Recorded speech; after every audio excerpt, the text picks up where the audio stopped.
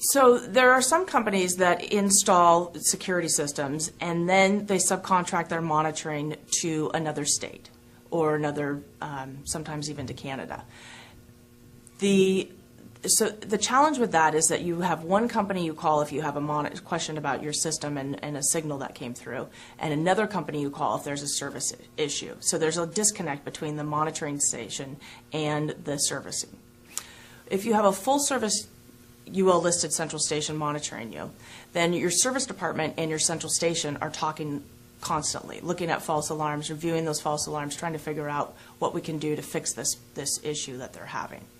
And that's why it's important to have a full service alarm company so you don't have that disconnect. For anybody that's getting an alarm, we would want them to check with their local ordinances to see if there is one that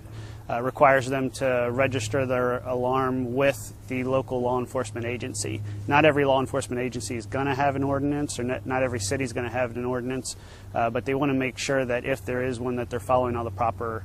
steps to make sure that the law enforcement agency has